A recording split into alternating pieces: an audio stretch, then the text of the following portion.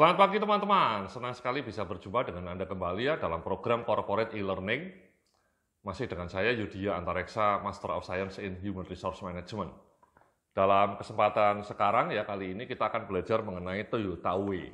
Judul topiknya menarik dan penting bagi perusahaan Anda ya, supaya Anda bisa seperti Toyota ya. Toyota Way. Toyota itu perusahaan otomotif terbesar di dunia. Produk-produknya sangat berkualitas dan dicintai oleh banyak pelanggan termasuk di Indonesia ya. Mereka perusahaan manufacturing legendaris dari Jepang, salah satu simbol kemajuan teknologi Jepang itu Toyota ya. Nah, reputasi mereka sebagai sebuah perusahaan otomotif yang sangat berkualitas, yang sangat unggul di dunia, itu membuat mereka punya prinsip namanya Toyota Way. Ya, Toyota Way. Nah, di slide berikutnya saya mau bilang nih ya, jadi sebenarnya materi kali ini saya adopsi dari buku yang terkenal judulnya The Toyota Way. Ya, ini dikarang oleh salah seorang pakar manajemen dunia, di mana buku ini mencoba mengeksplorasi keunggulan prinsip-prinsip Toyota ya, prinsip-prinsip manajemen Toyota. Namanya Toyota Way. Ya, sangat menarik isi bukunya. Dan kita akan belajar dalam pembelajaran online kali ini mengupas intisari dari buku tersebut. Ya. Jadi di slide berikutnya saya sampaikan nih ya, judul bukunya The Toyota Way. Buku The Toyota Way berisikan risalah tentang sistem dan prinsip manajemen Toyota yang membuat mereka menjelma sebagai perusahaan kelas dunia yang unggul. Ya. Menjelma menjadi perusahaan kelas dunia. World class company ya, bukan dunia lain ya, tapi dunia nyata ya, Toyota Way. Jadi prinsip-prinsip manajemen yang diterapkan dalam Toyota itu akan kita pelajari dalam pembelajaran online kali ini ya. Jadi di slide berikutnya ini saya sampaikan buku Toyota Way merupakan buku yang mengulas prinsip-prinsip kunci manajemen Toyota Jepang hingga menjadi perusahaan legendaris dunia. Berikut beberapa prinsip dari Toyota Way. Langsung saja di slide berikutnya. Jadi prinsip yang pertama namanya Kaizen. Ya, Kaizen ini bahasa Jepang, bahasa Inggrisnya continual improvement. Ya. Kaizen maknanya adalah fokus pada perbaikan-perbaikan kecil namun dilakukan secara terus-menerus, secara konstan. Ya.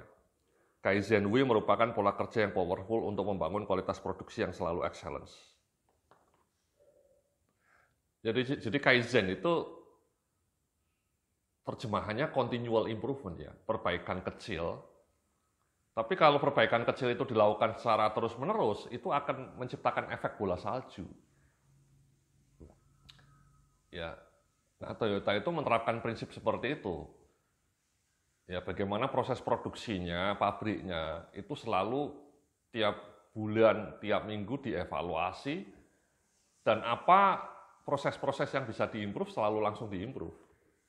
Jadi perbaikan-perbaikan kecil. Ya, mulai dari suppliernya, mulai dari tata letak pabriknya hingga proses produksinya. Jadi di slide berikutnya saya bilang nih, penerapan prinsip Kaizen dimulai dari analisis pada kinerja tim Anda saat ini. Lacak titik-titik di mana terdapat peluang perbaikan sehingga kinerja akan lebih bagus. Jadi kalau Anda mau menerapkan prinsip Kaizen ya seperti ini ya. Jadi Anda coba evaluasi. Anda tiap bulan kalau bisa melakukan meeting ya, bahkan tiap minggu ya. Weekly meeting istilahnya ya, weekly meeting atau monthly meeting.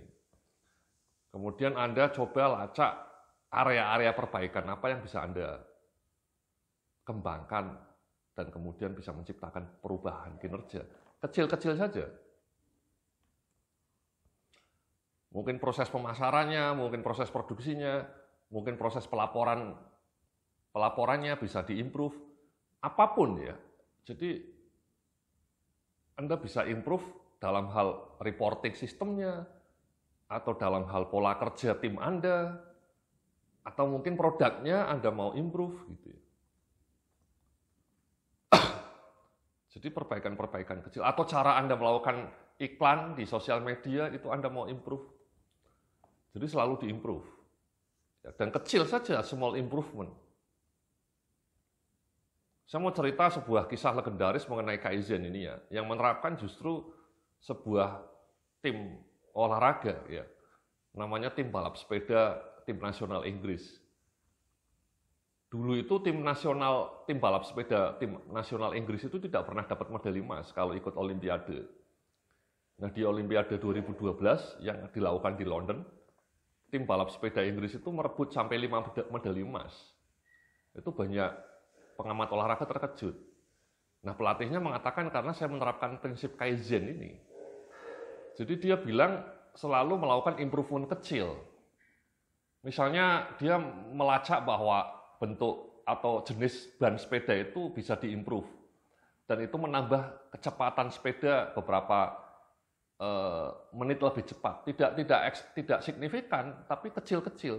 Jadi perubahan ban sepeda itu kalau diimprove bisa membuat sepedanya menjadi lari lebih kencang. Dia juga menemukan bentuk sadelnya harus lebih pas. Bahkan dia menemukan atletnya itu akan lebih bagus kalau tidur dengan bantal yang mereka desain sendiri. Jadi kalau mereka tidur ke hotel itu tidak mau pakai bantal hotel. Mereka bawa bantal sendiri yang didesain oleh tim olahraga mereka. Karena terbukti dengan bantal itu atletnya bisa tidur lebih nyenyak. Dan tidur lebih nyenyak itu punya dampak meskipun tidak signifikan ya terhadap kinerja tim mereka. Intinya adalah pelatih balap sepeda ini menerapkan prinsip Kaizen dalam berbagai dimensi ya. Dimensi sepedanya, rodanya, sadelnya, seragamnya, sampai bantal ketika mereka tidur di hotel. Itu didesain khusus. Itu kan small improvement, perbaikan-perbaikan kecil dalam berbagai dimensi. Tapi ketika itu semua dikumpulkan, itu meledak. Mereka menciptakan perubahan yang signifikan bagi kinerja mereka dan akhirnya mereka mendapatkan 5 medali emas. Jadi di slide berikutnya ini saya bilang ya, Kaizen itu setelah Anda bisa mengidentifikasi area perbaikan, rumuskan aksi perbaikan dalam skala kecil atau perbaikan-perbaikan kecil, small improvement yang bisa dilakukan. Tidak usah berambisi melakukan perbaikan besar dan masif. Ini teman-teman ya. Banyak orang di kantor itu pinginnya langsung berubah secara radikal, berubah secara besar-besaran, berubah secara masif. Itu salah, kata pakar manajemen Toyota ini. Jauh lebih realistis Anda melakukan perubahan-perubahan kecil. Kenapa? Karena perubahan kecil itu mudah dilakukan. Ya. Dan kemudian yang kedua, akan sedikit mendapatkan penentangan. Kan ketika Anda melakukan perubahan radikal itu biasanya banyak yang resisten ya. Bahkan mungkin usulan perubahan radikal Anda tidak akan disetujui oleh atasan Anda. Tapi kalau perubahannya kecil-kecil kan sangat mudah dan easy dan pasti di-approve. Karena perbaikannya kecil. Tidak usah yang muluk-muluk. Tapi dengan perbaikan kecil itu lama-lama kinerja Anda akan melesat. Ya gitu ya teman-teman ya. Jadi sekali lagi ketika Anda mau melakukan perubahan di kantor Anda itu tidak usah berambisi melakukan perubahan radikal. Tidak usah berambisi melakukan perubahan besar-besaran. Bayangannya perusahaan kami harus melakukan perubahan dramatis Pak Yudi ya, perubahan total. Itu enggak. Ya. Anda harus mulai dari yang paling kecil saja. Misalnya kalau Anda ingin kantor Anda lebih bersih, lebih bagus, ya mulailah dari ruangan meja Anda, dibersihkan gitu ya. Kotorannya, WC-nya dibersihkan, itu mulai dari hal-hal yang kecil. Tidak usah langsung berambisi merubah total perusahaan, no. Berubah kecil-kecil saja. Itu namanya prinsip Kaizen teman-teman, dan itu yang ternyata membuat Toyota menjadi perusahaan legendaris itu bukan mereka melakukan perubahan radikal, karena mereka konsisten melakukan Kaizen. Jadi ini di slide berikutnya saya ngasih uraian ya, rencana aksi perbaikan kecil tadi berisikan aspek aktivitas perbaikan kecil, apa yang akan dilakukan, kapan akan dilakukan, siapa yang akan melakukannya. Jadi small improvement tadi tetap perlu dibikin action plan ya teman-teman ya. Anda rumuskan apa yang akan dilakukan, small improvement-nya apa. Dalam hal tata ruang kantor Anda, atau dalam hal penulisan laporan, atau dalam hal product development, atau dalam hal marketingnya, Small improvement apa yang akan Anda lakukan? Small aja, nggak usah mikir mulu-mulu sekali lagi. Kemudian kapan akan dilakukan dan siapa yang akan melakukannya. Kemudian dievaluasi minggu depannya atau bulan depannya. Ya. Jadi di slide 9 ini saya bilang jika aksi perbaikan kecil itu sudah dilakukan dan memberikan dampak positif, maka jadikan langkahnya sebagai standar dalam sistem kerja. Selanjutnya lakukan aksi perbaikan kecil lainnya yang diperlukan. Jalani proses ini secara berulang demi perbaikan kinerja.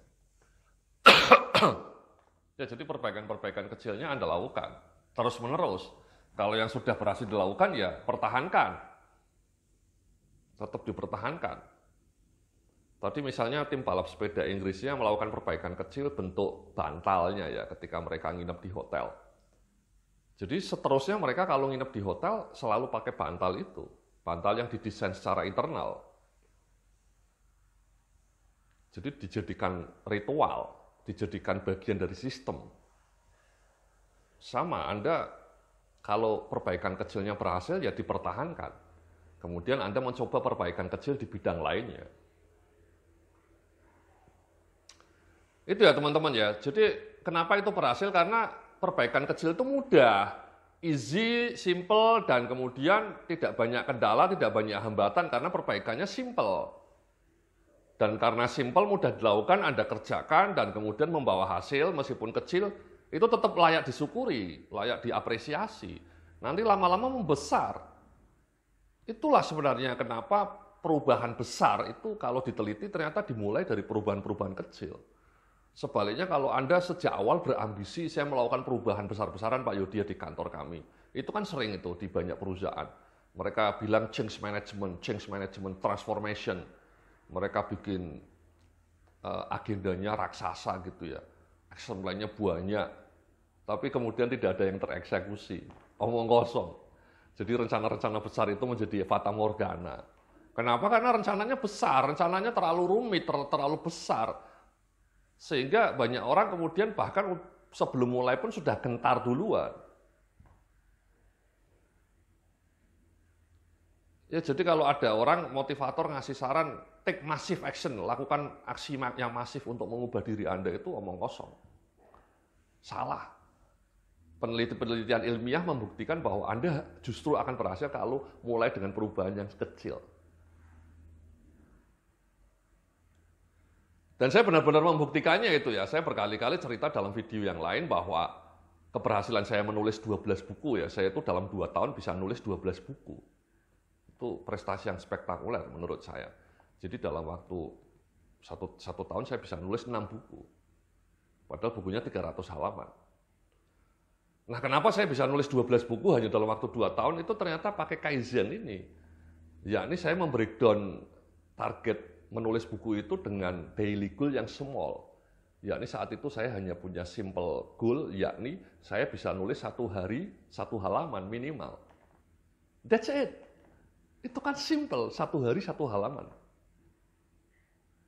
Dan kemudian saya lakukan, karena simple kan, mudah bagi saya, nulis 1 hari 1 halaman itu mudah bagi saya ya. Saya kebetulan sudah sering nulis. Tapi kalaupun misalnya tidak berhasil juga, saya akan turunkan. 1 hari cukup menulis setengah halaman. Tidak apa-apa. Yang penting dilakukan. Penelitian-penelitian menunjukkan bahwa Anda akan lebih punya peluang untuk melakukan rencana itu kalau rencananya itu easy dan simple. Jadi bikinlah rencana awal perubahan itu yang so simple, yang so easy. Menulis setengah halaman 1 hari atau 1 halaman 1 hari bagi saya itu so easy. Saya lakukan itu. Lu kok bisa? Bisa. 10 hari bisa. 2 minggu bisa. 1 bulan bisa. Nambah. Akhirnya jadi 12 buku tanpa saya sadari. Jadi itu Mas ya, prinsip Kaizen itu mulailah perubahan Anda dari skala yang kecil. Nanti lama-lama membesar. Nah ini saya bilang di slide berikutnya ya, small improvement atau perbaikan kecil pada berbagai area kinerja. Jika dilakukan secara konsisten dan terus-menerus akan memberikan dampak yang signifikan bagi kemajuan kinerja Anda. Jadi powerful. Jadi 1 hari 1 halaman, karena saya lakukan terus-menerus tiap hari ya, setahun bisa nulis 6 buku. Itu kan amazing. Makanya saya bilang di slide berikutnya ini ya, small is beautiful. Betul ini. Jadi small action is beautiful. Jadi sekali lagi teman-teman ya, kalau Anda mau melakukan perubahan nasib Anda atau perubahan di dalam kantor Anda, kinerja kantor Anda mau lebih hebat, tidak usah muluk-muluk, tidak usah berpikir yang heroik. No. Jauhkan itu mimpi-mimpi besar itu. Fokus pada perbaikan-perbaikan yang kecil, yang simple, yang easy. Gitu ya. Nanti lama-lama yakinlah itu akan menciptakan efek domino, menciptakan snowball effect. Nah, di slide berikutnya nih saya ngasih tugas pertama, coba rumuskan Kaizen untuk perbaikan kinerja tim Anda. Ya. Jadi setelah video ini Anda coba kumpul sama teman-teman Anda, kemudian rumuskan Kaizen Anda, kira-kira improvement apa yang akan Anda lakukan. Oke, di dalam kantor ruangan kerja Anda, atau proses kerja Anda, atau laporan Anda, atau metode kerja Anda, atau produk Anda, atau marketing Anda, whatever. Ya, rumuskan small improvement. Oke. Nah, di slide berikutnya ini saya ngasih prinsip yang berikutnya, bahasa Jepang, namanya Genji Gebutsu. Itu bahasa Jepang, artinya go and see the real problem. Maknanya manajer harus selalu turun ke lapangan untuk melihat secara nyata problem yang ada di lapangan. Ya, Genji Gebutsu itu namanya. Jadi bahasa Indonesianya belusukan. Manajemen by belusukan, manajemen by walking around. Jadi manajer itu jangan hanya duduk di meja di kantor pusat, tidak pernah turun ke lapangan, tidak pernah turun ke field. Anda akan disconnect dengan realitas di lapangan. Terutama kalau Anda manajer marketing ya. Manajer marketing, manajer sales, manajer HRD juga sering-sering turun ke lapangan ya, ngobrol dengan karyawan, dialog dengan karyawan, minta masukan mereka. Banyak manajer HRD itu tidak pernah dialog dengan karyawannya. Jadi ada dinding pembatas, seolah-olah karyawan itu di bagian sana, HRD itu di bagian sini. Itu wrong. Ya. Demikian juga orang-orang keuangan perlu ngobrol sama di user lain, minta masukan mereka gitu dong. Jadi ini ya di slide berikutnya saya bilang nih ya, Genji Gebutsu artinya adalah manajemen by walking around atau manajemen gaya belusukan. Sebab ada sejumlah problem di lapangan yang tidak akan bisa dipantau hanya dengan kerja dari belakang meja belakang. Jadi kalau Anda hanya terima laporan, tidak pernah turun ke lapangan, ya Anda tidak akan bisa merasakan atmosfer di lapangan. Ya. Gitu ya teman-teman ya. Di slide berikutnya saya bilang nih, manajer pemasaran misalnya harus rajin turun ke lapangan menemui pelanggan dan tim salesnya. Manajer produksi harus rutin turun ke lapangan untuk cek proses produksi. Manajer HRD harus rajin datang menemui para karyawan dan melakukan dialog bersama. Gitu loh teman-teman. Ya. Harus rajin turun ke lapangan, orang sales ya, manajer sales. Manajer produksi apalagi harus turun ke pabrik, lihat mesin produksi. Orang HRD harus dialog dengan karyawan di kantin, di koridor-koridor gitu. Itu namanya Genji Gebutsu. Jadi Anda partisipatif manajemennya. Kayak di Toyota itu partisipatif itu. Jadi karyawan di lini frontline-nya itu dikasih wewenang juga, namanya empowerment. Ya, Genji Gebutsu. Di slide berikutnya saya bilang nih ya, dengan langsung turun ke lapangan, seorang tim leader akan mampu melihat problem secara lebih utuh dan mampu memberikan solusi yang lebih efektif. Ya, jadi kalau Anda di lapangan,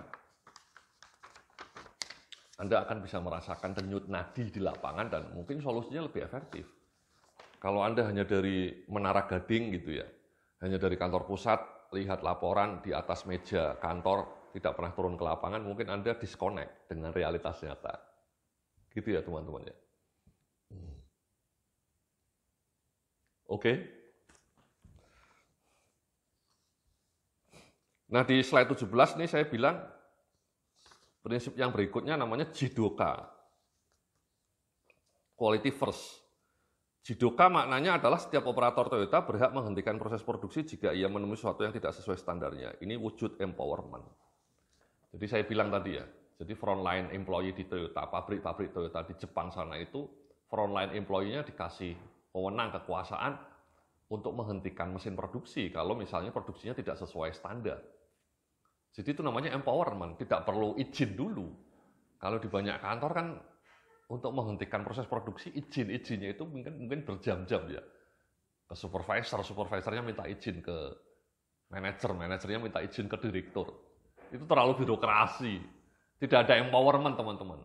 Nah, Jidoka itu bahasa Indonesianya quality first ya, kualitas nomor 1.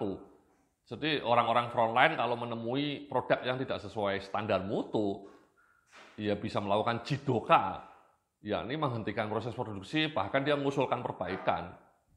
Karena orang di lapangan, frontline employee ini yang paling tahu problem di lapangan. Itu namanya empowerment, itu penting itu teman-teman. Ketika pabrik Toyota buka pabrik di Amerika, itu para karyawan frontline Amerikanya terkejut itu. Dia cerita dulu ketika kami kerja nggak pernah kami diberi wewenang kayak gini, tidak pernah ada empowerment.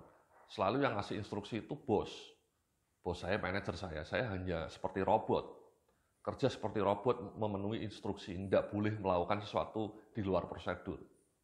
Tidak boleh usul, tidak boleh melakukan usulan perbaikan. Suara kami dianggap tidak ada. Jadi kami betul-betul seperti robot. Makanya ketika Toyota datang ke pabrik kami, kemudian kami diberi wewenang, kami diberi empowerment, diberdayakan, dikasih peluang untuk usul, untuk melakukan perbaikan langsung, itu luar biasa dampaknya bagi semangat kerja kami. Kami lebih merasa dihargai, kami tidak lagi merasa hanya sekrup, hanya robot, kami merasa sebagai seorang human yang punya ide, yang punya pemikiran, yang kadang-kadang pemikiran kami itu justru lebih efektif dibanding usulan perbaikan dari para manajer. Dan itulah yang terjadi di Toyota ya. Mereka menerapkan usulan perbaikan dari siapapun, tidak peduli jenjang level karyawannya, entah frontline, entah foreman, entah supervisor. Kalau ide mereka itu jauh lebih aplikatif, lebih solutif, ya diterapkan. Itu namanya empowerment, teman-teman. Itu namanya Jidoka. Itu penting sekali itu. Jadi kehebatan Toyota itu karena mereka menerapkan prinsip Jidoka ini. Jadi memberikan empowerment kepada frontline employee. Ya. Tidak lagi otoriter. Oke, itu penting itu teman-teman. Jadi di kantor Anda, di pabrik Anda, kalau Anda punya pabrik, Anda harus menerapkan sistem di mana operatornya itu dikasih wewenang atau dikasih ruang untuk usul perbaikan, bahkan didorong untuk mengajukan usul-usul perbaikan, itu mereka akan happy. Alih-alih mereka hanya disuruh kerja seperti robot. Ya. Di halaman 19 ini saya cerita nih ya, dari beragam studi empirik menunjukkan empowerment kepada pegawai merupakan elemen kunci untuk membangun proses kerja yang unggul. Dengan empowerment, para pegawai akan menjadi lebih termotivasi, lebih kreatif, dan terdorong untuk terus melakukan perbaikan yang diperlukan. Jadi empowerment itu sangat powerful untuk mendorong motivasi karyawan. Ya, jadi sekali lagi saran saya di kantor Anda, mulai bulan depan, Anda terapkan empowerment. Jadi jangan sok bos manajernya atau bosnya itu yang mengendalikan segalanya, no. Itu kontraproduktif. Para staf operator di lapangan, staf di kantor itu harus dikasih ruang, kesempatan untuk usul perbaikan, bahkan kalau usul mereka bagus, diterapkan dan mereka dikasih reward. Itu kinerja Anda akan lebih top marko top, jos marko jos. Oke? Jadi itulah ya teman-teman ya, di slide berikutnya nih saya bilang 3 prinsip kunci yang sangat menentukan kehebatan Toyota, yaitu Kaizen atau perbaikan kecil terus-menerus, Genji Gebutsu, manajemen by belusukan, ya, tidak hanya di Menara Gading, rajin turun ke lapangan, dan Jidoka ya, atau empowerment untuk membuat kualitas menjadi nomor 1. Kaizen, Genji Gebutsu, Jidoka. Itu prinsip-prinsip, 3 prinsip yang harus Anda terapkan di kantor Anda supaya perusahaan Anda seperti Toyota ya, menjadi perusahaan legendaris. Oke. Terima kasih, itulah segmen pertama kita. Kita akan sambung lagi dalam episode kedua ya. Salam sukses, penuh kemuliaan.